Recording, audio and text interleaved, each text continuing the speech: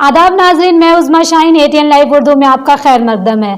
आइए नजर डालते हैं आज की खास खबरों पर। जाली वैक्सीन से परेशान हुई चीनी हुकूमत, operation against fake vaccine campaign के तहत अब तक 80 गिरफ्तार।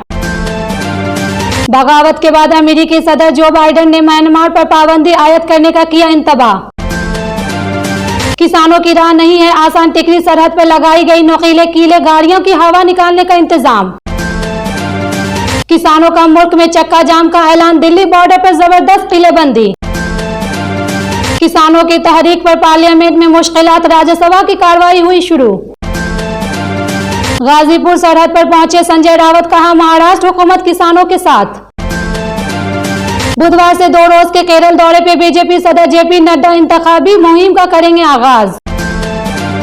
TMC के एक और MLA ने छोड़ा ममता बनर्जी की पार्टी बोली वैसे भी टिकट नहीं दे रहे थे। वजीर खजाना का ऐलान, बिहार के स्मार्ट बिजली प्रीपेड मीटर स्कीम अब पूरे मुल्क में होगी नाफिज।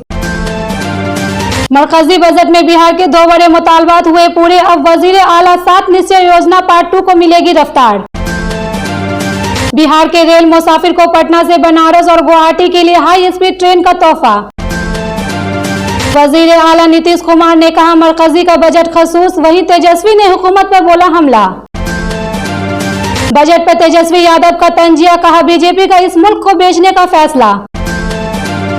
नीतीश काबीना में जल्द हो सकता है तफसील, बीजेपी ने नए वजीरा का लिया नाम। भारतमाला परियोजना के तहत बिहार में एक्सप्रेस समेत 6 सड़कों का काम होगा तेज। बिहार में बड़ी डकैती, बदमाशों ने ATM में महफीज की कत्ल कर 45 लाख रुपए लूटे। बिहार में खिलते धूप से थोड़ी राहत, 8 इजला में अब भी सर्दी का खतरा।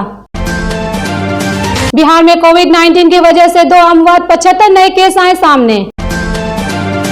अभी के लिए इतना ही, देखते रहिए ATN लाइव उर्दू।